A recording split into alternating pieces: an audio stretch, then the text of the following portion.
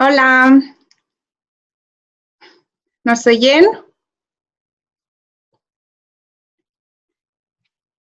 Están todos en mute para que no nos pisemos la voz los unos a los otros, pero nada más háganme así si me pueden oír a mí bien. ¿Sí? Órale. Y a Richie. A ver, Richie, habla a ver si te pueden oír. Hola, ¿a mí me escuchan? Perfecto. Muy bien, pues démosle. Voy a compartir mi pantalla. Voy a hacer una pequeña introducción sobre qué es Hipatias y sobre lo que vamos a hablar hoy y ya le dejo el testigo a Richie, que es quien va a dar la capacitación en esta ocasión. Si quieren participar, pueden levantar la manita. Hay una opción para esto y yo la puedo ver y les puedo dar paso. O si no, directamente desmutense a ustedes mismos y participen. Por favor, con cualquier pregunta, comentario o duda, nosotros encantados de que sea una sesión participativa.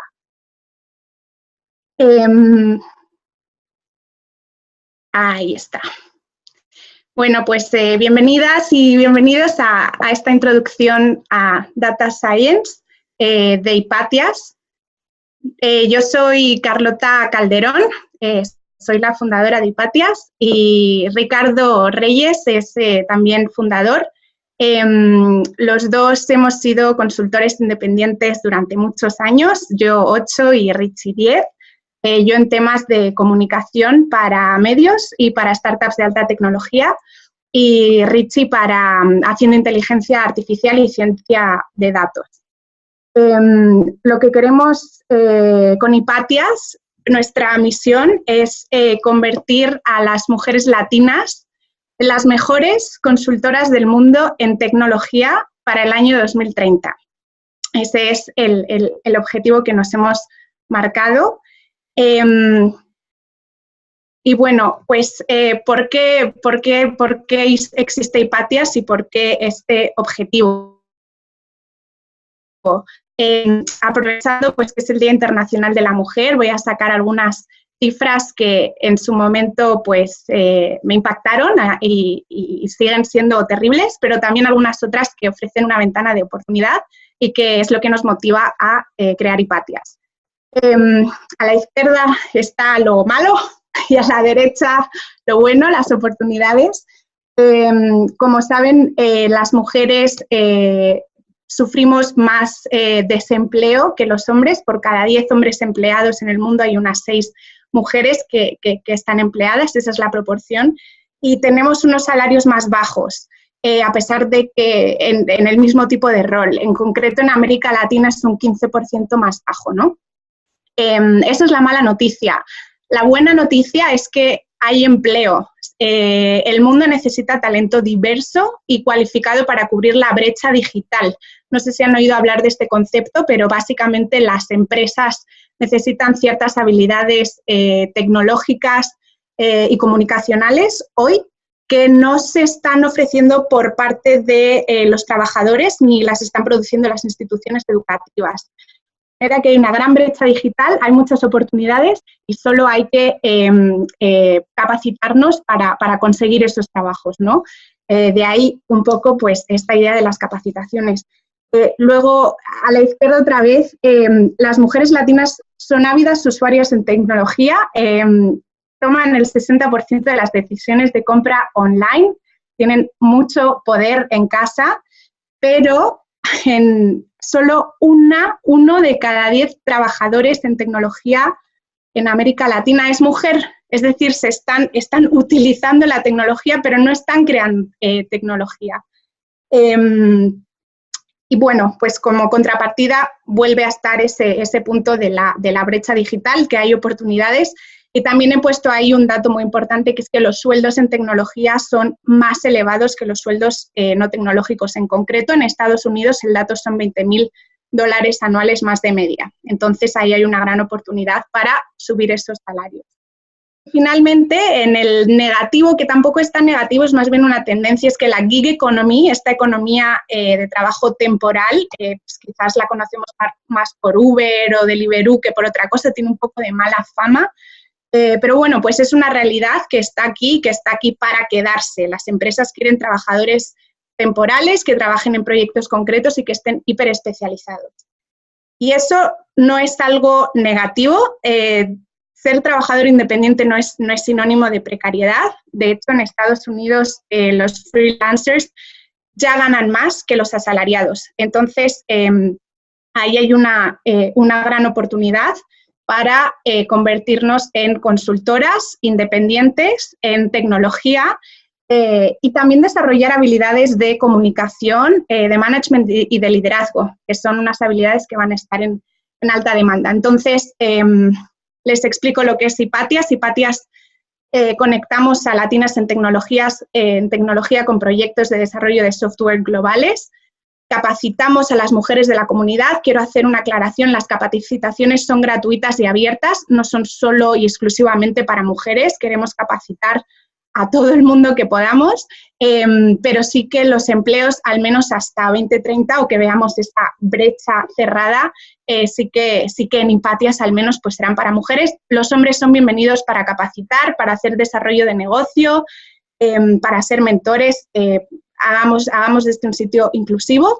Y una característica es que no queremos ser simplemente una plataforma que conecte a cliente y freelancer y hasta luego, sino que queremos acompañar al cliente dándole un sello de garantía y calidad y también acompañar a la freelancer, a la Hipatia, que las queremos llamar así, garantizando pues salarios justos y competitivos, entrenándolas en el proceso y creando equipos pues de project managers y mezclando a personas más senior con personas más junior para aprender juntos en el camino. Así que esta era mi introducción. Feliz Día de la Mujer, enhorabuena por estar aquí, capacitándonos, trabajando, como siempre. Y bueno, pues ya no les quito más tiempo a la capacitación de hoy, la introducción en Data Science que va a dar Ricardo Reyes. Al final haré un pequeño anuncio para cerrar de un partner que tenemos que se llama Comunidad IT. Y también les diré cuándo va a ser la siguiente capacitación y la temática. Así que, Richie, todo tuyo. Ya, perfecto. Bueno, el objetivo de esta capacitación es más que nada liberar... ¿la comparto yo mejor? Sí, bueno, sí, si quieres. Así vas tú a tu ritmo. Vale. Fair enough. Okay. ¿Me confirman que todos pueden ver mi pantalla? ¿Algún valiente? Sí. Sí, ¿no? Perfecto. Gracias, Osvaldo. Y Ape Sánchez. Ok, ahora muchos valientes. Ok. Vale, pues el objetivo de esto es enseñarles más o menos digamos, la big picture, no sé cómo decirlo en español mejor. La vista de águila. Puede ser. De qué se trata Data Science, ¿no? Y... Dicen que se te escucha muy lejos.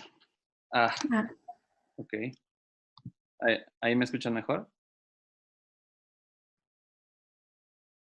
Sí, sí. Perfecto. Entonces, justo el punto es como tratar de aclarar definiciones y confusiones comunes, ¿no? Entonces, algo que es común en este tipo de disciplinas muy nuevas es que no tenemos definiciones claras, ¿no? Entonces, al menos de la práctica, yo les puedo decir que Data Science es más o menos la intersección entre estadística, comunicación y programación, ¿no? Porque lo que queremos hacer cuando estamos trabajando en ciencia de datos es contar una historia. El objetivo final es, por ejemplo, si es un Walmart, ¿no? Y quiere presentar sus reportes anuales y decir cómo ha mejorado las ventas, no queremos que sean como puras gráficas porque esto es muy poco intuitivo para los tomadores de decisiones, ¿no?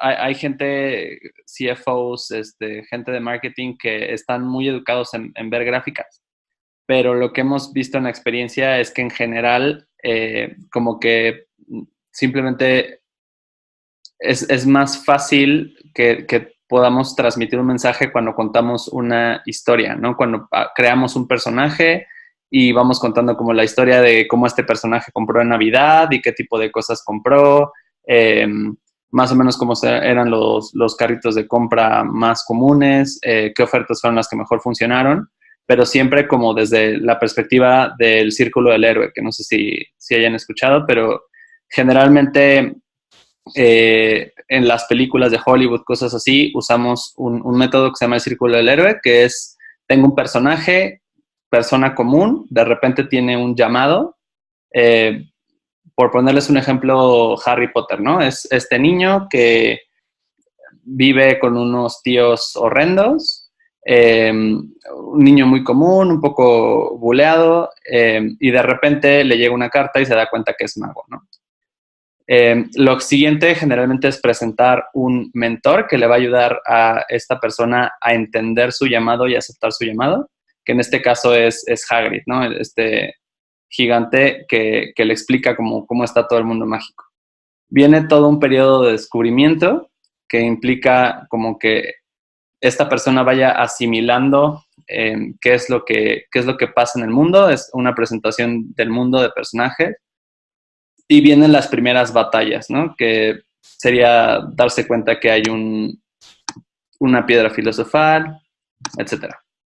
Entonces, generalmente utilizamos este tipo de esquemas de historias para contar lo mismo, pero desde la perspectiva de business, ¿no? Entonces es como María le gustan los chocolates y entonces va a una tienda, se da cuenta que a ella le gustan mucho los chocolates de moras, pero en la tienda no hay cómo encontrarlos. Entonces, si usamos Data Science, podemos saber cuál es la mejor manera de ordenar los estantes para que la gente que tiene diferentes tipos de gustos pueda encontrar más fácilmente las cosas. O sea, vamos construyendo como historias. Y la manera de sustentar estas historias es procesando los datos que tenemos disponibles en la organización. Entonces, generalmente la creencia popular es que tenemos datos y buscamos cosas en los datos, como los datos nos hablan o algo así, o los interpretamos, pero generalmente es al revés, ¿no? Usamos los datos para construir una historia de algo que estamos tratando de decir, ¿no?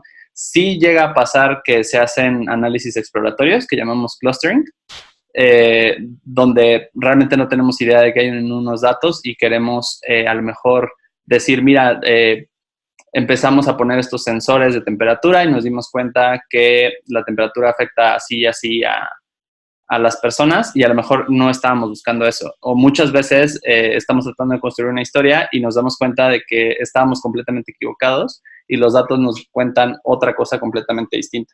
Pero casi siempre empezamos con una hipótesis, con una historia que queremos contar, con algo que queremos transmitir a los tomadores de decisiones y vamos analizando los datos para sustentar esta historia. La manera de analizar esos datos es con métodos estadísticos, pero como son grandes cantidades de datos, no puede ser manual, ¿no? Entonces ahí es donde entra la programación para automatizar justo este proceso de análisis masivo de datos. Y al final con esto extraemos conocimiento e intuiciones, ¿no? Que son cosas distintas, ¿no? El conocimiento es ordenar estos datos en patrones y las intuiciones ya es más como la interpretación de estos patrones que encontramos. Y casi siempre es en grandes cantidades, ¿no? Grandes cantidades se refiere a por lo menos 1 millón de registros, que es bastante. Ahora, algo que pasa mucho también en la cultura popular es que hay una confusión entre data science y big data, ¿no? Mucha gente se presenta diciendo, es que yo hago big data, que lo entiendo porque es una manera de comunicarse con buzzwords, ¿no? Como alguno de los talleres era como de cómo comunicarse efectivamente con gente que no viene de la disciplina, pero digamos, a lo mejor para transmitirle a alguien de marketing, que a lo mejor está más familiarizado con el término Big Data, usamos este tipo de cosas para explicar a qué nos referimos, pero, digamos, en la parte técnica es incorrecto usar Big Data como una disciplina. ¿Por qué? Big Data se refiere a cuando tenemos tablas muy grandes, ¿no? Digamos tablas como un Excel, ¿no? Y supongamos que tenemos un Excel de 10 millones de registros, o bien datos no estructurados, ¿no? Como fotos, a lo mejor grabaciones de las cámaras de seguridad, a lo mejor grabaciones de las conversaciones de customer service, y son tantos que ya el costo y la velocidad de procesarlos manualmente se vuelve en tiempos lejos de cuando tenemos que contar la historia, ¿no? A lo mejor es para una junta en 3 días y hacerlo manualmente no llegamos. Entonces, queremos requerir a Data Science para procesar esto. Entonces, Big Data es una característica de los datos, ¿no? O sea, es como, tengo Big Data, ¿no? O mis bases de datos son Big Data, ¿no? O necesito una base orientada a Big Data. Es como una característica de los datos. Y en sí la disciplina de analizar el Big Data es Data Science. ¿Qué pasa también muy seguida? Inteligencia artificial. ¿Alguien me está hablando? Ya. Ok. Entonces, Data Science es lo que utilizamos para analizar el Big Data, ¿no? Y también hemos estado cambiando de nombre constantemente. Data Science es un término que empezó a principios de los 2000, justo porque había mucha frustración con la falta de entendimiento por parte de los tomadores de decisiones de los tiempos de entrega, ¿no? O sea, al contárselos como, no, pues es que voy a hacer un análisis estadístico, dicen, ok, pues te lo pido a las 6 de la tarde y lo quiero para mañana a las 10 de la mañana, ¿no? Y esto siempre es muy complicado cuando estamos haciendo esto porque gran parte de esto es prueba y error y es experimentación y es buscar cosas que ni siquiera sabemos si realmente están ahí, ¿no? Entonces, por eso esta necesidad de expresarlo como ciencia, ¿no? Como, a ver, esto no es programación tradicional, no es algo que puedo decirte me va a tomar 20 horas y las voy a acabar en las horas exactas, sino esto es una ciencia, ¿no? Requiere experimentos, requiere prueba y error, puede no salir, o sea, podemos no encontrar la historia que estábamos buscando, o podemos encontrar una historia completamente diferente. Esto es totalmente prueba y error. Es una mezcla como de hasta medio hacking, porque muchas veces no tiene los datos o tienes que complementarlos con bases públicas del gobierno o cosas así. Entonces, por eso es esta necesidad de plantearlo como ciencia, ¿no? Y también está muy ligado a la inteligencia artificial, ¿no? Generalmente utilizamos una rama de la inteligencia artificial que se llama Machine Learning para hacer Data Science, ¿no? Entonces, ¿qué es el Machine Learning? Es justo una rama que se dedica a crear representaciones del universo. ¿A qué me refiero con esto? Todos en nuestra cabeza formamos modelos de cómo queremos que funcione el mundo, ¿no? O sea, para los que son religiosos, pues el mundo lo creó un dios, ¿no? Para los que son ateos, no, pues el mundo es un suceso de procesos aleatorios, ¿no? Para, no sé, a lo mejor los que han sufrido discriminación, ¿no? Pues el mundo es un lugar hostil para la gente que no es blanca y heterosexual y hombre, ¿no? Entonces, como que cada quien con su experiencia va formando modelos del mundo que realmente, o sea, mentiría en decirles, sí, claro, sabemos perfectamente cómo es que el cerebro genera estos modelos, pero nosotros utilizamos álgebra lineal, cálculo multivariable, estadística y probabilidad, que son 4 ramas de matemáticas. Los nombres pueden sonar muy raros, pero en ciertas carreras se enseñan en primer y segundo semestre de la carrera, ¿no? Sobre todo carreras como ingeniería industrial, ingeniería mecatrónica, ingeniería electrónica. En general, las ingenierías dedicadas a cosas físicas suelen enseñar estas cosas a muy temprana edad. Si ustedes tuvieron la fortuna de estar en un buen bachillerato, también es muy probable que a final del bachillerato les hayan enseñado cálculo, pero generalmente se enseña en la universidad en las carreras de ingeniería. Hay muchos recursos para aprenderlos si no cursaron una carrera con orientación mecánica o electrónica, que se los vamos a contar más adelante, pero justo usamos esta combinación de estas 4 ramas para crear estos modelos, ¿no? Entonces, básicamente, Machine Learning se trata de crear modelos. A diferencia de la programación tradicional, en la programación tradicional yo tengo, por ejemplo, una base de datos de temperaturas en grados Celsius y yo sé que hay una fórmula para cambiarlas a temperaturas en grados Fahrenheit, por dar un ejemplo muy simple, ¿no? Y yo programo esta fórmula en algún lenguaje de programación y la computadora puede transformar de mis datos X a mis datos Y utilizando este programita que yo hice. En Machine Learning es al revés. Le damos las temperaturas en Fahrenheit, le damos las temperaturas en Celsius, 100, 1000 ejemplos dependiendo del modelo. A veces pueden ser millones de ejemplos para que un modelo se pueda generar. Y entonces dejamos que la computadora, comillas, comillas, aprenda. Ahorita vamos a hablar de aprender. ¿Cuál es esta función que puede transformar los datos de A a B, ¿no? Hay dos problemas básicos en Machine Learning que se llaman regresión y clasificación. Regresión es cuando estamos tratando de obtener un valor decimal. Por ejemplo, predecir el precio de una casa por el número de metros cuadrados construidos, el número de baños, el tamaño del jardín o si no tiene jardín.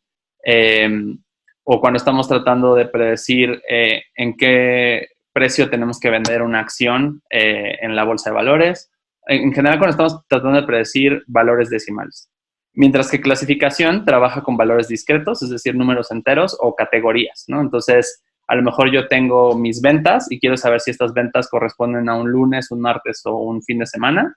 Entonces, yo creo mis categorías con los días, 0, 1, 2, 3, 4, 5, 6, y dejo que el modelo aprenda a partir de ejemplos de los datos de entrada y cuál es la respuesta correcta, un modelo que pueda transformar datos que nunca ha visto antes. En español se suele llamar aprendizaje automático. Hay gente que le dice aprendizaje de máquina. Hay como, no hay una traducción canónica, es decir, una traducción aceptada por la cultura como un todo, pero la más común es aprendizaje automático. ¿Hasta aquí alguna duda?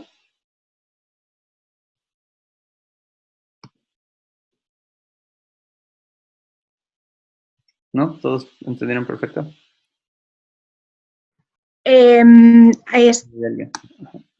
No, va perfecto. Ok, gracias, Marta. No va perfecto. Genial. Vale. Entonces. Todo bien, ok. Pregunten sin temor, por favor, si no han entendido nada o quieren una explicación más ampliada, pues cualquier pregunta es más que bienvenida. Súper, dicen 3 que todo bien. Dushka tiene una pregunta.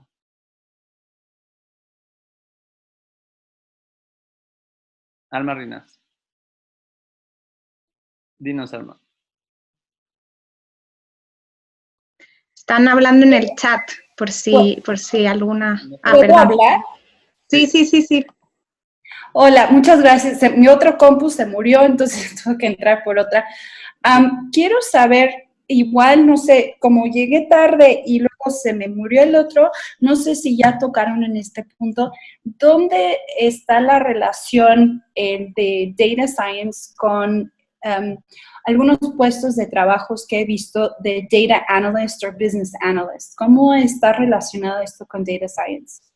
Me gusta mucho tu pregunta, justo porque tenemos un problema muy serio de nombres en la industria, ¿no? O sea, y eso o sea, cuando estás haciendo un currículum, luego es bien difícil aplicar a los puestos porque sí, o sea, hay 1000 maneras de llamar lo mismo, ¿no?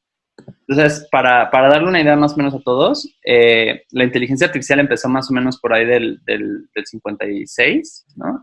Si alguien tiene alguna otra fecha, corríjame, pero empezó en un congreso que hicieron en un verano en el MIT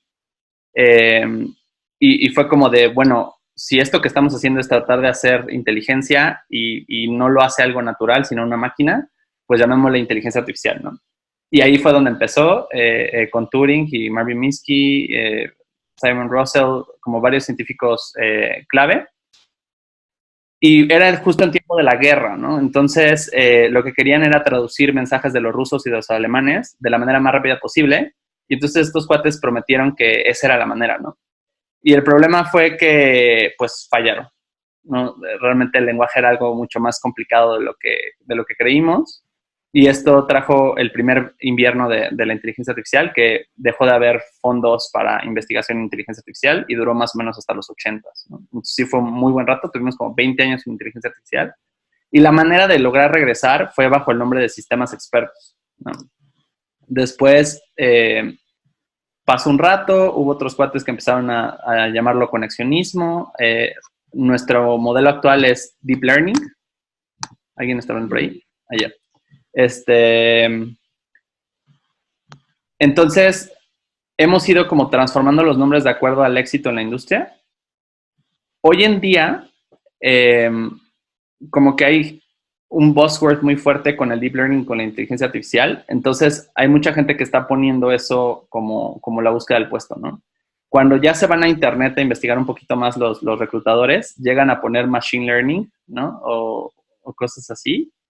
Pero justo data science como que lo ven algo más estadístico, no lo ven tanto, o sea, como que no ligan todavía que machine learning y data science son la misma cosa, ¿no? Entonces, solo que con otro nombre, o más bien que machine learning es una herramienta para hacer data science, ¿no? Entonces, mientras diga data, tú éntrale, o sea, big data, data analyst, data engineer, salvo que sea una empresa ya especializada como Amazon, Microsoft o algo así, que sí tienen como muy claro qué es lo que están pidiendo, ahí sí habría que hacer la diferencia, pero en general startups y cosas así ponen lo que entienden, ¿no? Entonces, ponen analista de datos, por ejemplo, es uno que he visto muy seguida para pedir gente de data science y pues nadie llega porque analista suele ser como algo relacionado a lo técnico, ¿no? Como pre-universidad, ¿no? Entonces, sí es un problema muy serio, o sea, sí tenemos gran confusión con los nombres, pero, o sea, mi recomendación por experiencia sería a lo que sea que diga data, apliquen, o sea, o datos. Y ya en la entrevista el reclutador les dirá, no, pues, ¿qué crees que estaba buscando otra cosa? Pero sí, muchas veces los reclutadores no saben qué están buscando, ¿no? O sea, alguien arriba les dijo, es que necesito una de esas gentes que hacen datos de inteligencia artificial, se meten a Google, ven que otros puestos dicen, no sé, data engineer, y eso ponen. O sea, esto está muy nuevo, entonces también no hay como, o sea, no es que sean malos o tontos, sino que no hay a qué referirte o a dónde te digan como cómo se llama el puesto, ¿no? O ponen lo que encuentran en LinkedIn, cosas así. Ya las empresas grandes sí hay una diferencia, ¿no? Data engineer suele ser el que procesa los datos y no hace modelos de machine learning. Y ya después contratan machine learning engineers para hacer los modelos, ¿no? Pero en empresas más chiquitas suele ser intercambiable data analyst, data engineer, data scientist, machine learning engineer, big data, profesional de análisis. Te lo juro que he encontrado N cantidad de nombres distintos y no hay un consenso. Gracias. Sí. ¿Alguien más o continuamos?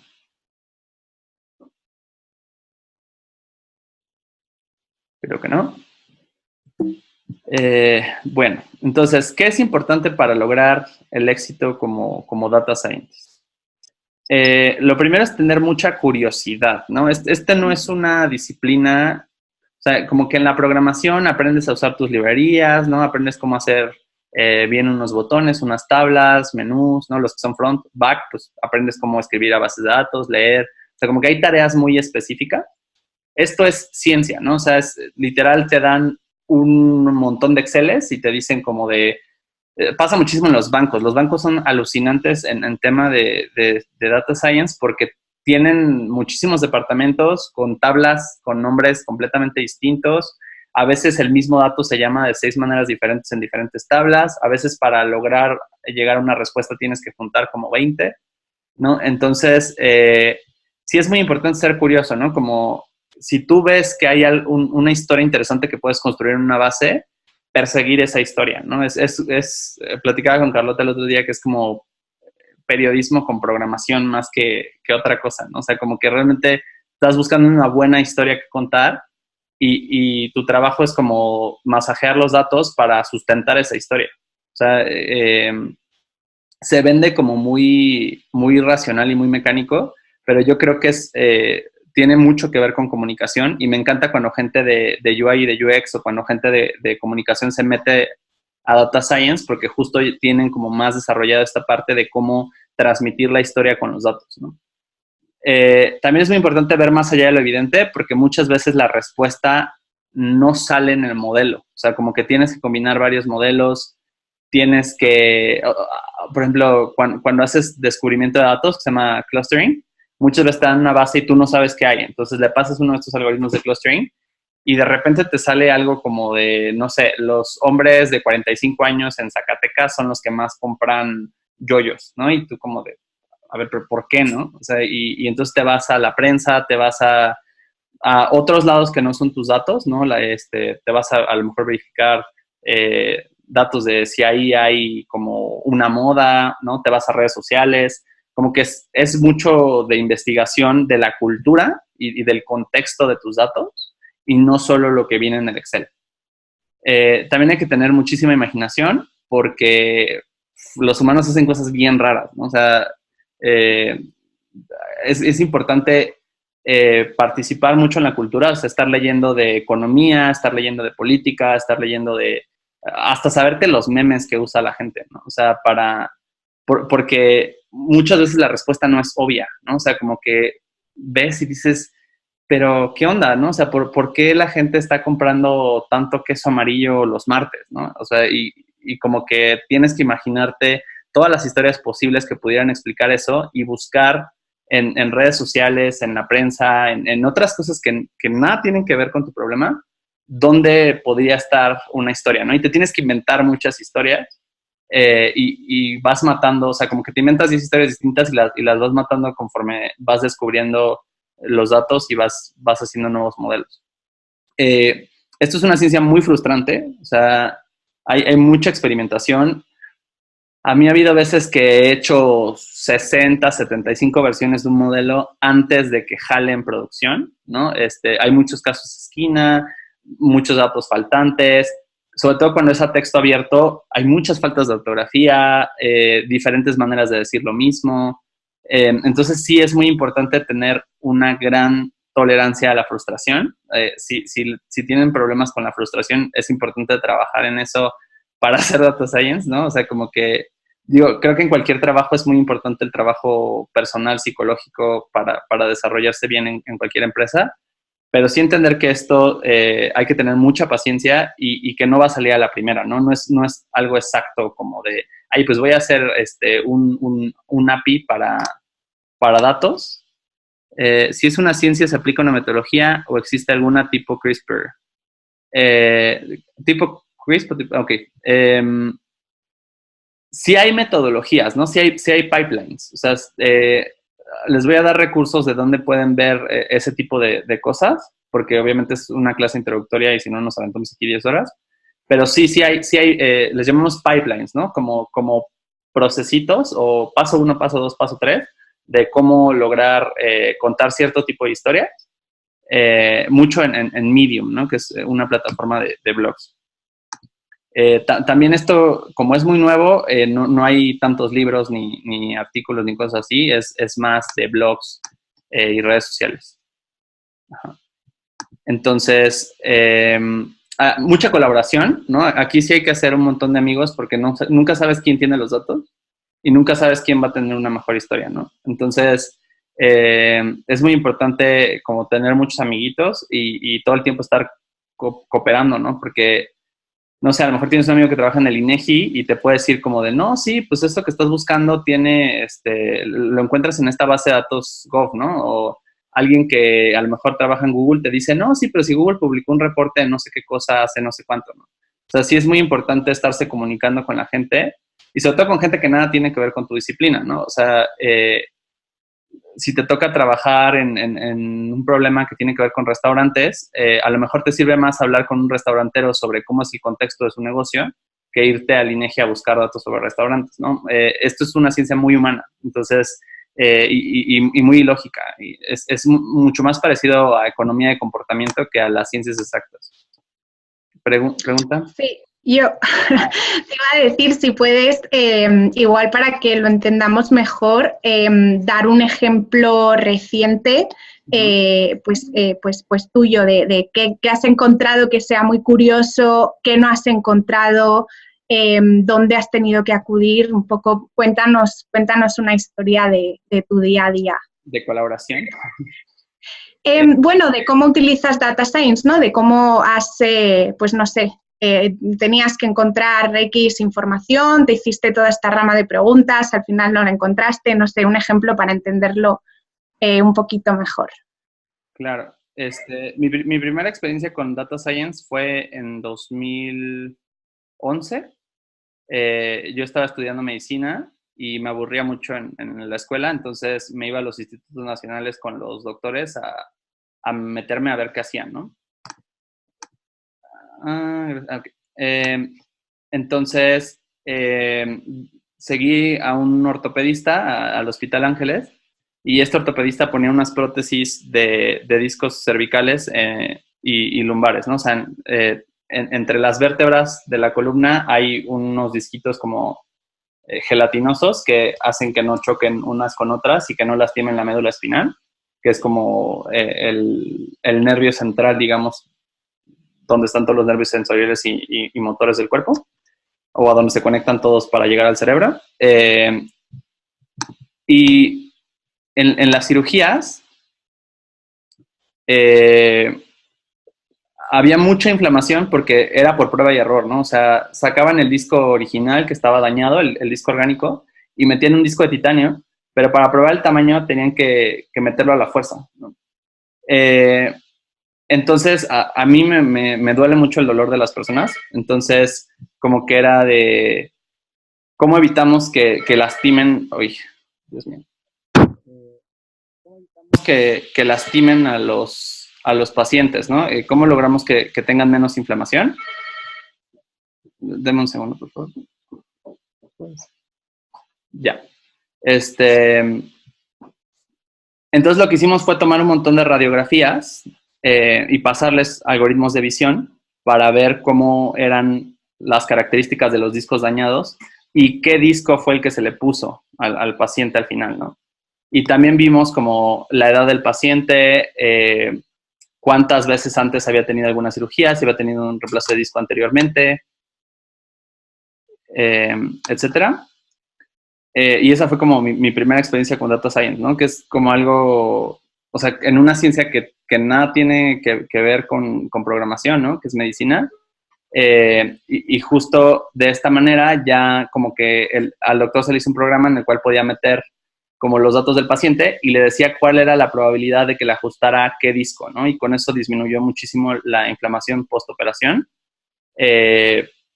Porque justamente ya no tenías que hacer prueba y error, ¿no? Sino que con todos los pacientes que ya habían sufrido dolor, que habrían sido como 150, 200, ya había un modelo que te podía predecir qué disco o qué tamaño de disco era el mejor, ¿no? Para evitar como daño subsecuente en nuevos pacientes, ¿no? En pacientes similares probablemente necesitaban discos de reemplazo similares. Y a eso me refiero con que es algo muy humano, ¿no? O sea, como que al final lo que logramos aplicando Data Science fue evitar que el paciente estuviera 3 semanas en postoperatorio y más bien estuviera 3 días, ¿no? Entonces, sí tiene un impacto social muy importante Data Science cuando lo usas bien, ¿no? O de maneras creativas.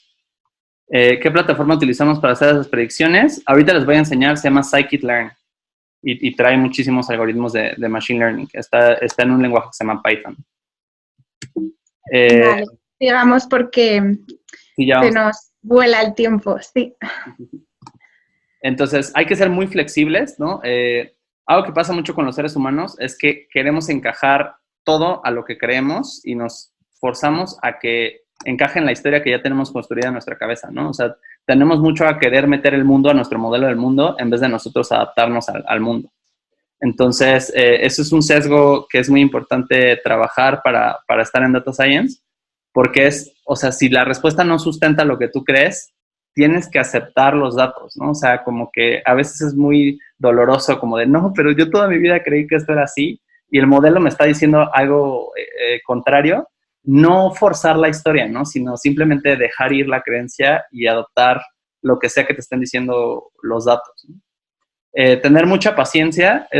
Limpiar datos es el 80% del tiempo, porque los humanos somos falibles y hay muchos errores de dedo, hay muchas faltas de ortografía, muchas cosas que dejan en blanco, contestan formularios y contestan la pregunta de arriba porque creyeron que la etiqueta era la del campo de arriba y no la de abajo. O sea, le dieron save 7 veces y entonces hay el mismo usuario 7 veces. O sea, en las bases de datos uno encuentra cada historia de terror que de verdad hay que ser muy, muy, muy paciente y muy persistente, ¿no? Como no rendirte nada más porque los primeros 25 modelos no salieron. Hay veces que de verdad, o sea, me pasó en un caso con Grupo Modelo, ¿no? Que querían identificar modelos de refrigeradores. Y pues todos los refrigeradores son iguales, ¿no? O sea, hasta los humanos a veces les costaba muchísimo trabajo identificar qué refri era cuál. Y fue, o sea, millones de experimentos de tomarles fotos de todos lados, hacer reconocimiento de caracteres, pedir que tomaran la foto de cierta forma. O sea, fue toda una mezcla entre hablar con los que montaban los refrigeradores, ir a campo, ¿no? A ver cómo estaba el refrigerador en la tienda. Muchas veces les metían jamones y cosas así, no teníamos fotos del refrigerador con jamones en vez de cervezas, o sea, entonces sí es como mucho ir a campo, o sea, no es un trabajo que vayan a hacer sentados en un escritorio, ¿no? Sí es muy exploratorio y muy, muy experimental. Había escuchado que es la mejor forma de empezar Data Science, el Data Scrubbing cuando no se tiene mucha experiencia. Sí, muchísima gente empieza mucho Design Thinking. A ver, entonces Dani pregunta que la mejor forma es el Data Scrubbing. Sí, o sea, pues mejor forma no sé. Cada quien tiene como su estilo. Eso también es muy padre, ¿no? Que si es una ciencia donde puedes desarrollar un estilo, ¿no? Como de tus propios pipelines. Como es tan nuevo, o sea, sí aplica un buen de leerte 7, 8 blogs distintos, tratar de hacerte tu propio pipeline, probarlo, y si descubres uno nuevo, publicarlo y tener tu blog y todo, ¿no? O sea, sí es muy colaborativo y muy participativo y no hay como respuestas correctas a nada, ¿no? Sí hay gente que ya ha experimentado ciertas cosas para ciertos problemas, pero es súper libre, ¿no? De ponerte a procesar datos como loco y a ver qué sacas. Y sí hay mucho design thinking. Lo padre de esta disciplina también es que es muy interdisciplinaria. Entonces hay gente que viene de economía, hay gente que viene de matemáticas, hay gente que viene de programación, hay gente que viene de psicología, hay gente que viene hay lingüistas. Te encuentras de todo. O sea, yo he conocido hasta historiadores, o sea, he conocido gente de todas disciplinas en Data Science. Y sí hay chavos que vienen de UI UX y que dicen, bueno, si a mí ya me jalaba el design thinking en diseño de producto y cosas así, lo voy a usar también para diseñar mis pipelines, ¿no? Y vamos a hacer las user stories, todo, hacer brainstorming y a ver si así sacamos ideas para las historias. Sí he visto que apliquen talleres de design thinking a pipelines de data science y es muy padre, o sea, sí enriquece. También es muy importante mantenerse actualizado. Todo el tiempo salen algoritmos nuevos, todo el tiempo salen librerías nuevas. Hay actualizaciones de las librerías donde hay cambios, hay mejores maneras de hacer las cosas siempre, nuevos pipelines, nuevos datos, ¿no? Entonces sí es como muy importante estar participando en la cultura, ¿no? Por eso puse ahí leer y escribir, como que dices, o sea, como que todo el mundo sabe leer y escribir, ¿no? Porque sería eso un requisito aquí. Y a lo que me refiero es que literal gran parte de tu trabajo es estar leyendo blogs, estar leyendo artículos científicos, estar leyendo revistas, estar leyendo periódicos, estar leyendo qué pasa en el mundo, ¿no? Porque eso enriquece como tu modelo del mundo y por ende tus modelos. ¿Algún blog o recurso? Justo voy a hablar de eso en 2 slides. Ajá. Maestra de Inglés y Tecnología, y he descubierto a través de la investigación, acción de mi maestría, y mi interés por Data Science. Sí, Data Science en educación es padrísimo, ¿no? O sea, súper aplicable, sobre todo para ver cómo enseñar mejor, ¿no? Y, por ejemplo, qué no están entendiendo los alumnos, ¿no? Como Data Science a las preguntas de tus exámenes, para ver qué tema, o sea, como que si diseñas el examen para después meterlo en un pipeline de Data Science donde puedas, no sé, me imagino 10 preguntas, ¿no? Clasificadas por tema y a lo mejor de opción múltiple, metes eso en un Excel y te haces un bonito modelo de clasificación o de clustering y te sale como qué tema fue el que no entendieron y lo ves la semana siguiente, ¿no? O sea, sí hay maneras muy prácticas hasta en Excel de cómo aplicar Data Science a educación que pueden ser muy padres. Y lo que les decía, ¿no? Yo les recomendaría, si van a empezar a esto, a lo mejor hacerse un blog de su propio aprendizaje, ¿no? Como de mi viaje aprendiendo Data Science. Porque justo hay mucho que aportar todavía, ¿no? O sea, te lees 4 o 5 blogs, te ves 2, 3 cursos y dices, bueno, yo que trabajo en, no sé, en una verdulería, me di cuenta que podía usar un modelo de regresión en Excel para ver cuándo pedir las piñas y cuándo pedir los aguacates para que no se me pudran, ¿no? Y eso es un problema que a lo mejor no está publicado, pero que otra gente puede llegar a tener o puede ser similar a cosas que puedes aplicar en otras industrias. Yo sí le recomendaría como hacerse un blog y estar como leyendo otros blogs y escribiendo en su blog, porque sí es muy rico, ¿no? O sea, y sí hay gente...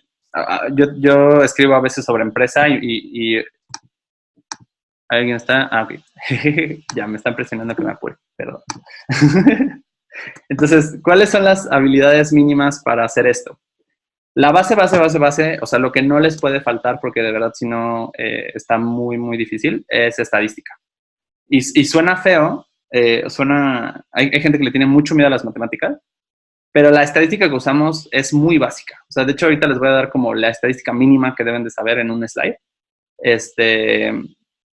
Pero sí, por lo menos saber qué hace cada modelo, ¿no? Generalmente los modelos hay una librería para eso y en una línea de código pueden crear el modelo, pero sí saber para qué se ocupa, ¿no? O qué significa realmente. Les voy a dar un recurso igual por ahí de estadística que justo te ayuda como a crear este modelo de para qué sirve cada técnica estadística y qué concepto es y qué representa y cómo se ven esos conceptos con cierto tipo de datasets, etc.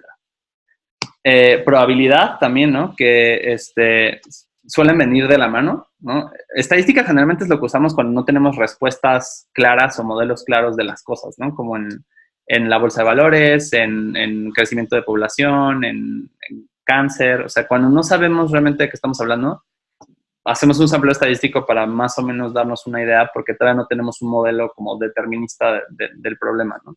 Y probabilidad generalmente nos ayuda a modelar eso que descubrimos estadísticamente, ¿no? Entonces, hay una cosa que se llaman distribuciones de probabilidad, que es como lo más básico que deben saber, porque los datos siguen ciertas formas, ¿no? Los humanos son muy repetitivos. O sea, nos gusta creer que somos súper originales, pero nos repetimos un buen. Entonces, hay distribuciones que ya reflejan como comportamientos comunes y que tú puedes usar, o sea, como ver qué distribución de probabilidad es la que aproxima mejor tu dataset y extrapolar a qué pasaría si en años subsecuentes o cuando te faltan datos o cosas así. Es muy importante lo que famosamente llamamos habilidades blandas, ¿no? Que a mí no me gusta llamarle blandas porque tenemos algo como muy negativo en la cultura con lo blando, ¿no? Como que lo vemos débil o menos importante. Yo lo llamaría más bien habilidades de comunicación, ¿no? Principalmente cómo contar historias bien, ¿no? Contar historias es algo que hacemos los seres humanos naturalmente y es la base de nuestra cultura, sociedad de interacción con otros seres humanos. Pero hay gente que neta no sabe contar historias. Entonces, sí es muy importante como desarrollar ese músculo de cómo armar un cuentito para decir lo que quieres decir, decirlo claro, que no te falte información, pero que tampoco des más información de la necesaria, que pruebe tu punto y que logres conectar emocionalmente con el que te está escuchando, ¿no? Los dos lenguajes de programación más comunes en Data Science son R y Python. ¿Alguien nos está hablando? Exacto, sí, el camino del héroe, ¿no? Es como el modelo clásico de cómo contar una historia. O sea, como que cuando en duda, si no tienes como idea de qué hacer, camino del héroe siempre es una solución. Entonces, R y Python son los más comunes. R lo enseñan mucho en las escuelas y es como muy appealing a la gente que viene de ciencias por alguna razón. Y Python es como mucho más familiar para los que vienen de Computer Science, ¿no? En lo que he visto en la experiencia. A mí, la verdad, me gusta mucho más Python que R. R se me hace muy limitado en la disponibilidad de librerías, pero sí hay una comunidad muy fuerte y muy apasionada por R, ¿no? Entonces, mi preferencia personal es Python, pero también hay muchísima gente haciendo R y es bastante común y muchos puestos piden R en vez de Python, sobre todo en corporativos. Y bueno, librerías, ¿no? Hay librerías de R y librerías de Python. Librerías es básicamente código ya hecho por otras personas que puedes usar de manera gratuita, o hay algunas pagadas, pero lo más común es que sean open source. Entonces, por ejemplo, para R hay uno que se llama Tableau, ¿no? Que es para cargar tus datos. El equivalente en Python se llama Pandas. NumPy, por ejemplo, es una librería de álgebra lineal, que es lo que les decía que es el sustento matemático de nuestros modelos. Scikit es una librería de Machine Learning con la que es muy sencillo en Python crear modelos de Machine Learning clásicos.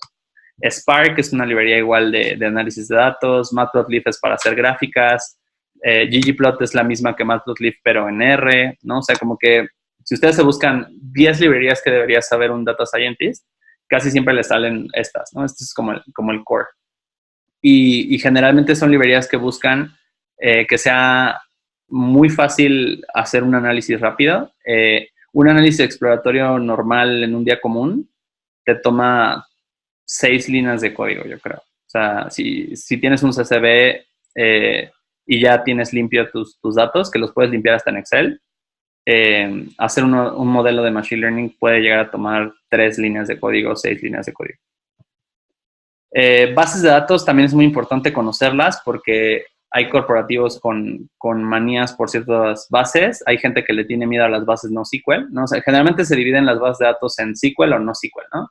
SQL es un lenguaje de bases de datos muy tradicional que te permite escribir algo que les llamamos queries, que son básicamente búsquedas en la base de datos, con palabras clave, ¿no? Por ejemplo, si yo quiero traerme todos los emails de una base de datos de usuarios, podría poner como select email from users, ¿no? Y eso es como una búsqueda en la base con palabras clave, ¿no?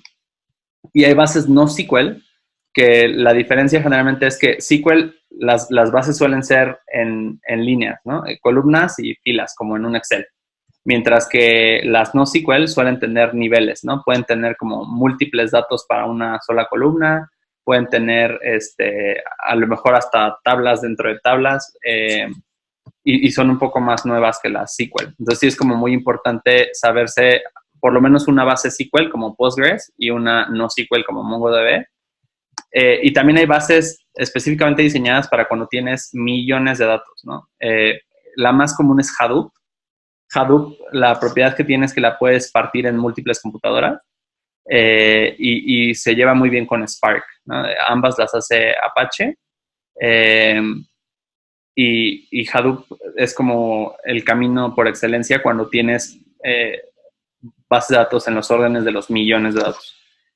Y también es muy importante familiarizarse con el cómputo en la nube, porque generalmente cuando ya tienes modelos de cosas como imágenes, sonido, cosas así, necesitas una técnica que se llama Deep Learning, que requiere grandes cantidades de procesamiento con unos chips que se llaman GPUs, que originalmente se utilizaban para videojuegos, pero que últimamente hemos estado usando en modelos de Machine Learning. Y esos GPUs, comprar uno te cuesta como 15,000 pesos más o menos, ¿no? Que son como $700, 150. Entonces es muy caro como tú comprar tus GPUs. La gente que... más rápido, ya. Entonces, eso, ¿no? Como matemáticas básicas de estadística y probabilidad, habilidades de comunicación básicas, alguno de los dos lenguajes de programación. Si son muy intensos los dos, ¿no? Porque hay cosas que hace uno que no hace el otro. Librerías, les digo, o sea, una librería con la cual puedas cargar datos a la compu, una librería con la cual puedas limpiarlos y una con la cual puedas hacer gráficas y una con la cual puedas hacer modelos de Machine Learning, ¿no? Entonces, por ejemplo, en Python, generalmente usas Pandas para cargar los datos y limpiarlos, usas Matplotlib para graficarlos y usas Scikit para hacer tus modelos de Machine Learning. Recursos educativos, ¿no? Porque esto es como, ¿qué necesitas saber, no? Esto es como, ¿dónde lo aprendes? Hay un sitio que se llama DataCamp, que es alucinantemente bueno, es muy práctico. El problema es que está en inglés, ¿no? Entonces, problema muy común en Latinoamérica es que casi todos los recursos de Data Science, Machine Learning, Inteligencia Artificial, etcétera, están en inglés. Entonces, como que eso también es bien importante, ¿no? Poder por lo menos leer bien inglés técnico. Si neta no les va muy bien en el inglés, hay una aplicación muy buena que se llama Memrise, M-E-M-R-I-S-E, Memrise, que es para aprender básicamente cualquier idioma. Cuesta 25 pesos al mes, que es nada. O incluso hay partes que son gratuitas. Porque justo todos estos recursos son mayormente en inglés, ¿no? Por lo nuevo que es todo. Pues DataCamp es muy práctico. Te va guiando desde aprender Python o R desde cero. O sea, literal, no sé programar y quiero aprender Python o R desde cero. ¿Podría pasar la grabación de la sesión? Sí, vamos a subir la grabación de la sesión a la página. Entonces, DataCamp, les digo, o sea, si no saben programar nada, ¿no? O sea, vienen de UI UX o de cualquier otra cosa, o no saben escribir, ahí ya lo puso Carlos. Si saben otro lenguaje de programación que no sea Python o R, los lleva desde cero, ¿no? Hay dos caminos, ¿no? Dice Data Scientist in Python y Data Scientist in R. Si escogen alguno de los dos caminos, les pone desde cómo programo en R o cómo programo en Python, cómo cargo datos en R o en Python, cómo limpio datos en R o en Python, cómo hago mi primer modelo de Machine Learning y termina en Deep Learning, ¿no? Yo lo uso mucho, me la vivo tomando cursos de DataCamp y cuesta $29 mensuales, ¿no? Su competencia se llama DataQuest. También luego veo cursillos ahí porque luego tienen cosas medio esotéricas que no tiene DataCamp, ¿no? Como que suelen tener librerías más especializadas o librerías que no se usan tan comúnmente. Yo creo que a propósito para competirle a DataCamp. Entonces, muchas veces complementa a DataCamp, pero mi preferencia personal es DataCamp. Hay un programa muy bueno de Microsoft. Microsoft invierte muchísimo en educación, Microsoft y Google. Y los cursos de Microsoft son muy buenos. O sea, los dan múltiples ingenieros, entonces tienes muchas perspectivas sobre el mismo tema. Los videos están muy bien producidos, el audio es hasta en 3D, es súper orgásmico como su musiquita, ¿no? Que es como binaural y de súper buena definición. Entonces, si tienes audífonos buenos, el audio es precioso. Y están muy bien producidos, muy bien recortados, muy bien narrados, lo explican todo muy clarito. Y tienen justo un programa profesional de Data Science en una plataforma que se llama edX, ¿no? Que es una plataforma de cursos masivos en línea. Yo lo tomé, no compré el certificado porque nunca le he visto el caso, pero son gratis, ¿no? Y la verdad está súper bueno el curso. Tienen desde las matemáticas básicas, ¿no? Como les decía, álgebra lineal, cálculo multivariable, probabilidad estadística, hasta ya como cómo se ve en la vida real hacer Data Science, ¿no? Hay un blog que es como una comunidad o como un colectivo de data scientists que están tratando como de centralizar o de unificar el data science a nivel mundial, que se llama Towards Data Science, ¿no? Está en la plataforma de Medium. Como les decía, Medium tiene muchos blogs de gente súper lista que escribe de absolutamente todo. Pero justo este blog es como de muchos data scientists tratando de como democratizar el data science y de unificar, de lograr un consenso, ¿no? En qué es hacer data science. Y entonces son mucha gente de Microsoft, de Google, de Amazon, de startups en Londres, en Australia, en Japón, en donde quieran. No he visto casi latinos, me gustaría que hubiera más, pero no he visto muchos.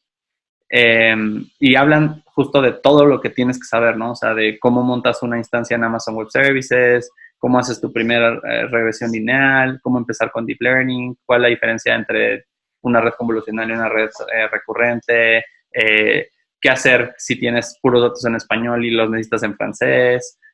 O sea, como problemas muy específicos. Suele haber un blog post para absolutamente cualquier cosa en Towards Data Science. y sobre todo están muy actualizados. Publican diario como 15 o 20 personas. Entonces siempre lo último que salió, a lo mejor se tarda lo mucho 3 días en salir en Towards Science. Para matemáticas hay un canal de YouTube que se llama 3 Blue 1 Brown. Les digo que la bronca con esto es que casi todo está en inglés, ¿no? La ventaja de edX es que sí tiene traducciones al español. Entonces, como que si no hablan inglés, el recurso que yo les recomendaría es el Microsoft Professional Programming Data Science. Es el que está como muy bien traducido al español. Los demás, desafortunadamente, busqué por todos lados. Hay una plataforma mexicana que se llama Platzi, que ¿no? O sea, hace su trabajo, pero comparado con el programa de Microsoft, por ejemplo, pues nada que ver, ¿no? Entonces, yo sí les recomendaría, así como no saben nada de inglés o no están muy confiados en inglés, ver el programa de Microsoft, que es el que está traducido y es muy bueno. O sea, no se pierden de mucho de los demás. 3 Blue 1 Brown habla de matemáticas, pero desde la parte visual de las matemáticas, ¿no? Yo soy una persona sumamente visual. Me cuesta mucho trabajo entender las cosas si me las dicen en palabras. Necesito como verlas, ¿no? ¿Alguien está hablando? ¿En Udemy hay cursos de este tipo? Sí, en Udemy hay muchísimo Data Science, pero como justo en Udemy es como un marketplace, te puede tocar de todo, ¿no? O sea, hay unos cursos muy buenos y hay otros cursos muy raros, y sobre todo son de pago. Entonces, como que escogimos estos porque son gratis o porque son de un pago fijo mensual y ya hemos validado que funciona, ¿no? No queríamos recomendar algo que no sepamos que funciona y que no hayamos probado personalmente, pero sí hay muchos cursos en Udemy. Ricardo, ¿puedo hacer 2 preguntas? Cuéntanos, Alma. Primero, ¿cuál ha sido tu experiencia con los productos que tiene IBM de aprendizaje? Uy, ok. Y segundo, como comentario acerca del idioma, Ajá. me parece que Laboratoria, que tiene presencia en toda América Latina, está lanzando un bootcamp de Data Science que podría ser de interés para algunas, bueno, mujeres que están en América Latina.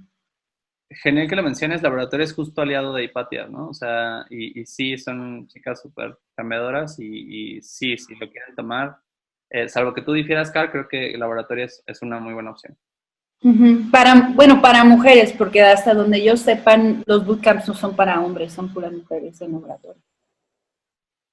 Sí, bueno, pues casi todas aquí, bueno, no sé la cifra, pero casi todas en el webinar son mujeres, entonces creo que no van a tener mucho problema de usar el recurso. Bueno, y lo de IBM, ¿qué nos cuentas de IBM?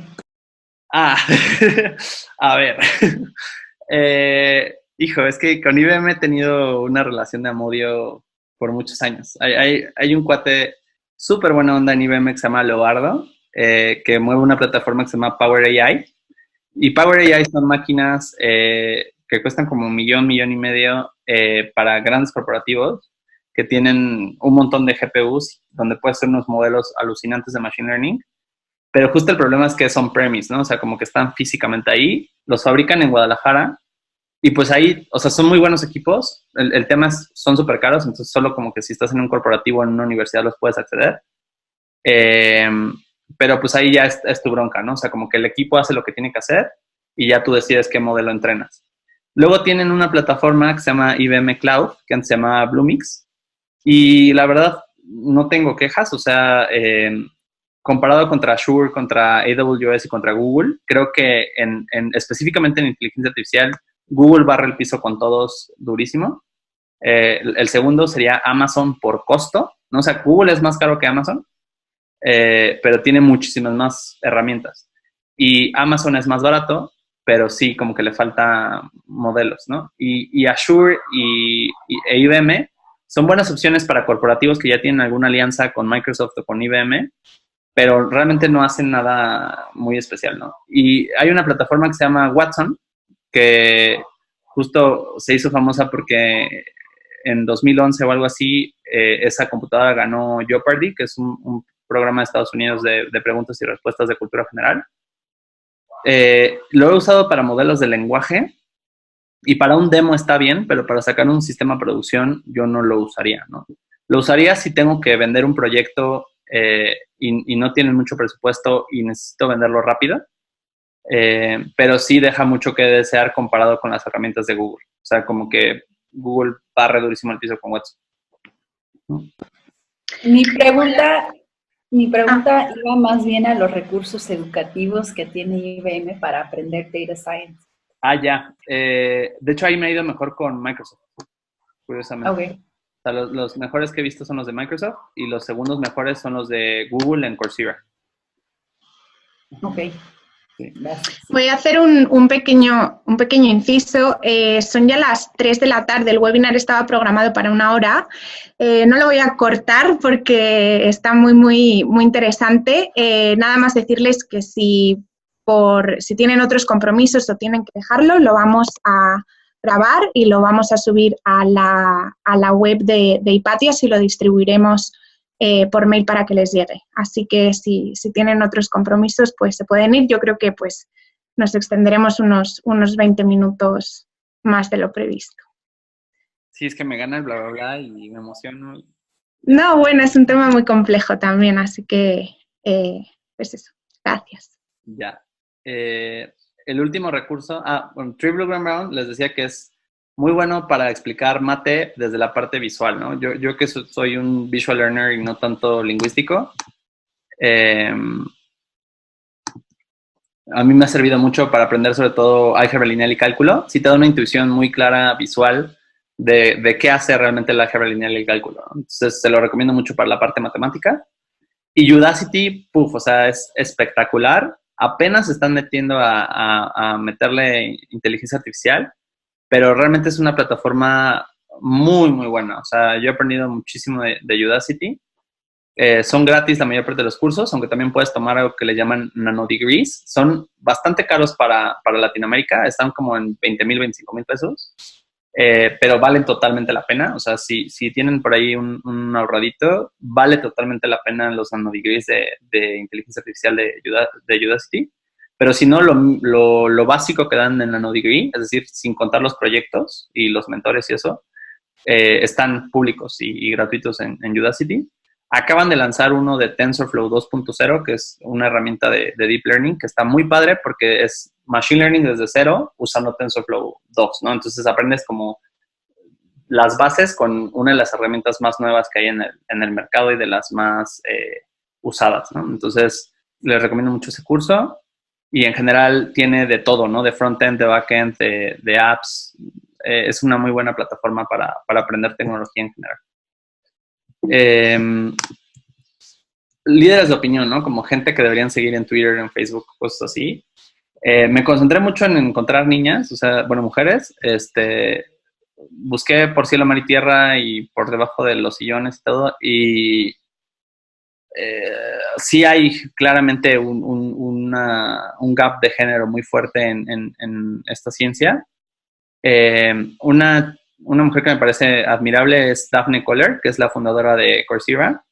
Ella ha estado en Machine Learning y Data Science, inteligencia artificial, como sea que lo quieran llamar, desde los 80s, o sea, y sobre todo es muy activa con la educación, ¿no? Digo, fundó Coursera. Entonces, es una chica muy interesante, o sea, ver sus pláticas en YouTube, en Twitter, lo que sea. Hay otra que se llama Hilary Mason, que también es muy popular en Estados Unidos. Todas estas personas o tienen Twitter o tienen Medium o las dos, o han dado entrevistas o cursos en YouTube, ¿no? Fei Li es la directora del Laboratorio de Inteligencia Artificial de Stanford. Igual es una mujer súper top, ¿no? Va y habla en la UNESCO y o sea, por todos lados. Justo como evangelizando sobre la importancia de la inteligencia artificial a nivel mundial. Entonces, como que es de las más admiradas a nivel mundial en inteligencia artificial. Y luego hay otra chica muy importante que se llama Kate Crawford, que es muy política y escribe justo sobre el bias de género, ¿no? O sea, de cómo es muy importante limpiar bien los datasets para evitar cualquier tipo de sesgo cultural, racial, y su trabajo es justamente sobre sesgos en los datasets y tiene mucho publicado sobre cómo limpiar datasets para evitar los sesgos de género, raciales, socioeconómicos. Entonces, creo que es una mujer muy importante en todo el tema de data science justo por eso, ¿no? Porque uno de los principales errores de principiantes es hacer modelos que tienen sesgos muy fuertes hacia hombres blancos, heterosexuales, porque es de lo que más datos hay, ¿no? Y luego, pues ya la lista de los hombres sería Geoffrey Hinton y Jan LeCun, que son, bueno, y junto con Joshua Benio, que es el tercero, son los fundadores del Deep Learning, que es como el modelo más moderno que tenemos de inteligencia artificial. Luego está Jürgen Schmidt-Huber, que trabaja en Suiza y publica muchísimo sobre modelos de lenguaje. Peter Norvig es el director de investigación de Google y también hay alguien hablando por ahí. Ahí. Entonces, él publicó como el libro canónico de inteligencia artificial que se llama Artificial Intelligence: A Modern Approach. No sé si haya versión en español. En español sería como Inteligencia Artificial, un enfoque moderno, que es como el libro de inteligencia artificial, ¿no? Como que en todas las escuelas del mundo se usa ese libro para enseñar inteligencia artificial. Andrew Ng es una persona que me cae muy bien porque le da durísimo a la educación, ¿no? Es cofundador junto con Daphne Koller de Coursera. Y es muy, muy dado a la educación. Hay una página que se llama deeplearning.ai, que es de él, donde hay cursos de Deep Learning desde cero hasta lo más moderno y todos gratuitos. Su misión es educar a 1 millón de programadores de inteligencia artificial en el mundo y creo que lo va a lograr porque la neta le están echando muchas ganas en Deep Learning AI. Dani dice, como el artículo que acaba de salir donde los autos que se manejan solos tienden a distinguir mejor peatones blancos y no tanto los de piel más oscura. Sí, y es súper peligroso porque, o sea, ya han atropellado gente las pruebas de Uber y de Waymo, que es la de Google. Y justo un miedo de los sesgos es qué pasa si lanzamos ya estos coches y de repente por los sesgos no clasifican bien a las personas y terminan atropellando gente que no tenemos en los datos, ¿no? Entonces sí es muy relevante, sobre todo cuando trabajas en entornos físicos como drones y coches. Por ahí si quieren aprender de drones y coches, no sé si podemos colgar mi curso de aprendizaje por refuerzo acá en una página, pero apenas di un cursito en Central sobre justo todo el tema de self-driving cars y esas cosas. Luego está Sebastian Thrun, que es el fundador de Udacity, que es esta plataforma que les decía. Acá ahí, ya, le voy a poner. Y Jeff Hammerbacher, que es súper importante porque él es como el que acuñó la palabra data science, ¿no? O la frase data science. Entonces, es un tipo muy político también, escribe por todos lados y es como justo el padre de data science, ¿no? También está Oliver Grisel, que igual es como de la generación de Hammerbacher. Y hay otro tipo que me gusta también porque igual es muy didáctico, que se llama Andrés Karpathy, que está en Stanford, es como el protegido de Fei-Fei Li y probablemente sea el que herede el laboratorio. Ya. Y tiene muchos cursos en Stanford y tiene su blog y es igual un tipo muy interesante de seguir. Luego está comunidad. Aquí son comunidades a las que he ido personalmente, ¿no? Les digo, no me gusta recomendar cosas que no he experimentado y puedo decir funcionan. Yo soy parte de una coalición que se llama IA 2030 MX, que es un grupo intersectorial entre academia, industria y gobierno para impulsar la inteligencia artificial en México. Hacemos muchos eventos, justo ayer tuvimos un evento en WeWork a las 6. E igual como que todo el tiempo estamos publicando recursos, ¿no? Sobre inteligencia artificial y eso en redes sociales. Y es una comunidad muy bonita y muy cooperativa. Entonces, si son nuevos en esto, acérquense y es gente muy brillante, pero también muy amable y muy didáctica, ¿no? Luego hay otras chicas que tienen una comunidad que se llama AI Learners, donde dan pláticas y justo su tagline o su eslogan, o como le quieren decir, es que solo aceptan gente que realmente hace AI, que a alguna gente le puede parecer mamón, pero si ustedes van por un lado como más académico y quieren como realmente la asociación que mencionas, la que somos con... ya 2030, sí. Ya, entonces, hace muchas pláticas sobre cosas nuevas, ¿no? Y luego está Bots Latam, que es de la UNAM. He tenido experiencias muy mezcladas con los speakers, pero también son una comunidad bastante grande. Luego IBM tiene justamente una comunidad que se llama Power AI, que es de este cuate que les digo que se llama Leobardo. Y está padre porque como es IBM, pues jala gente muy, muy relevante, ¿no? Entonces, como que los speakers suelen ser buenos. Y luego hay otra comunidad justo de mujeres en Data Science que se llama Women in Data. Un amigo que se llama Ricardo Corral va a dar una plática con ellas justo sobre Data Science este mes. Y son una comunidad igual bastante interesante y justo de mujeres en Data Science específicamente. ¿Alguien habla por ahí?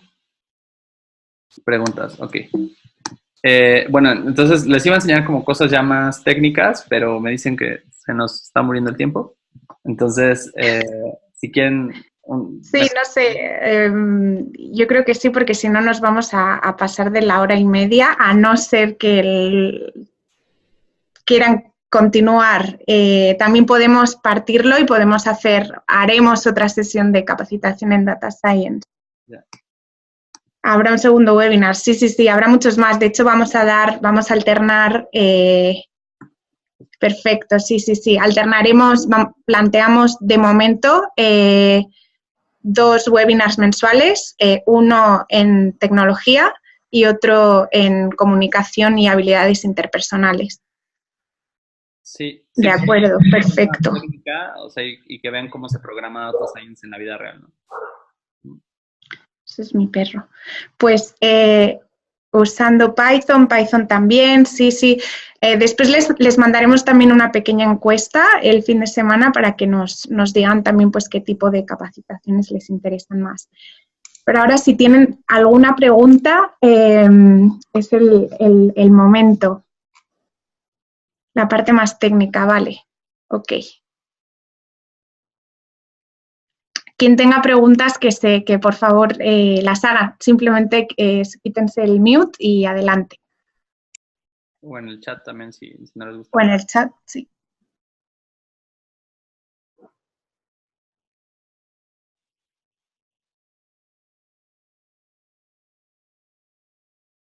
A todos clarísimo, a todos penosos. ¿Qué pasó? Bueno, yo creo que también es el momento igual. Yo creo que ha sido como mucha información, información de muy buena calidad, muy buenas pistas sobre dónde empezar. Yo creo que habrá preguntas más adelante y definitivamente pues construyamos comunidad para aprender todos juntos. ¿Cuánto cuesta empezar a usar una instancia de IA en Google? Ya, te digo, hay 4 proveedores de instancias. Una instancia es como un servidor en la nube, ¿no? O sea, como en lugar de tenerlo físico, lo tienes en una plataforma. Las 4 principales son IBM Cloud, Microsoft Azure, Amazon Web Services y Google Cloud Platform, ¿no? Se compiten mucho en precio, o sea, todo el tiempo se están dando durísimo. Azure me gusta que es muy predecible, o sea, te dice desde el principio cuánto va a costar por mes el curso. Entonces, digo, el entrenar, ¿no? Entonces, y tiene muchas ofertas. De repente saca instancias de oferta. En todas hay GPUs. Digo, sí, todas hay GPUs. La única que tiene TPUs, que es como ya un chip específicamente para Deep Learning, es Google. Los TPUs de Google, que pregunta Javier, están generalmente alrededor de los $10 por hora. Pero ustedes pueden empezar... Si es pura experimentación, Google tiene una plataforma que se llama Colab, que te deja usar un GPU gratis, ¿no? O sea, como que si quieren empezar en esto y no quieren gastar ni un peso o todavía no están seguros, busquen Google Colab y es gratis, ¿no? El GPU. Y lo siguiente, como para seguir aprendiendo, es Paperspace. Tiene GPUs muy baratos de .0050 centavos la hora. Ya las plataformas de Google, Amazon y eso, yo se lo recomendaría más para producción, ¿no? O sea, para ya cuando van a poner un modelo a servir el público en general. Y los precios varían mucho, se cobra por hora. Algunos ofrecen pago por adelantado por 1, 3, 6 meses o un año y te baja el costo bastante. En cuanto a costos, a mí Azure se me hace de los mejores, todo el tiempo tiene promociones, pero en cuanto a tecnología disponible, Google se los lleva a todos, ¿no? Equivalencia entre cores de GPU y TPU, se suele decir que un TPU equivale a 10 Teslas V100, ¿no? Entonces, y los Teslas V100 son chips súper poderosos, entonces un TPU sí es alucinantemente más rápido, nada más que te digo que cuesta $10 la hora. Entonces, es caro, pero vale la pena si sabes lo que estás haciendo. O sea, como que yo lo probaría primero en GPU y si ya me jala, ya lo meto a un TPU. Muchas gracias. Si tienen más preguntas, pueden escribirnos a carlota@hipatias.com, Carlota con C y con una T. Se lo voy a escribir por el chat y a Richie también. carlota@hipatias.com. Si tienen unas preguntas como muy específicas, estamos abiertos siempre. Les digo que todo el punto de esta comunidad es como lograr que las mujeres latinoamericanas sean las mejores para 2030. Entonces, como que estamos súper abiertos a que todo el tiempo nos estén preguntando dudas y cositas, porque justo ese es el punto, como impulsar a la comunidad. Y si me puedes ayudar pasando la slide, que así no nos cambiamos de presentación. Nada más, sí, como aquí hay personas que igual no saben programar, para empezar desde cero, les recomendamos bajarse una aplicación de Comunidad IT. Son unos aliados nuestros, es una organización que educa a los jóvenes en habilidades de tecnología y han creado esta aplicación para aprender a programar desde cero. Está en la App Store, está en iTunes. Todo el contenido es accesible por tan solo $12 al mes. No sé si está aquí Sole de Comunidad IT y quiere añadir algo más, pero bueno, yo me la he bajado hoy. Tiene una interfase preciosa y pues para los que no sepamos programar, pues es una muy buena manera de empezar. No sé si Sol está aquí, si no, bueno, pues ya lo he dicho yo por ella, Comunidad IT. Y finalmente, sí, $12 al año. Sí, súper accesible. Y de verdad que el contenido es buenísimo. Vale, gracias, Dani. Y finalmente, si les gusta Hipatias, si les late la misión, como les hemos dicho, queremos hacer una comunidad de personas que gusten capacitarse en tecnología y en habilidades de comunicación. Van a ser las habilidades más demandadas en el futuro, en un futuro en el que el empleo va a estar deslocalizado y se va a premiar a aquellas personas que estemos un poquito más especializadas. Así que queremos crear esta comunidad en la que, bueno, pues capacitaremos y pondremos en contacto con oportunidades globales. Nada más tienen que registrarse en nuestra web, en hipatias.com. Se pueden capacitar desde casa. Les mandaremos correos con las siguientes capacitaciones y nosotros, mientras tanto, pues trabajaremos en conseguir proyectos de consultoría globales en Data Science, en desarrollo web, en desarrollo móvil y en UX y diseño UI. Para mujeres, sí, Osvaldo, como he dicho, las capacitaciones están abiertas a cualquier persona. Cualquier persona puede también ser mentor. Si tienes algo que puedes compartir con la comunidad, por favor, hazlo.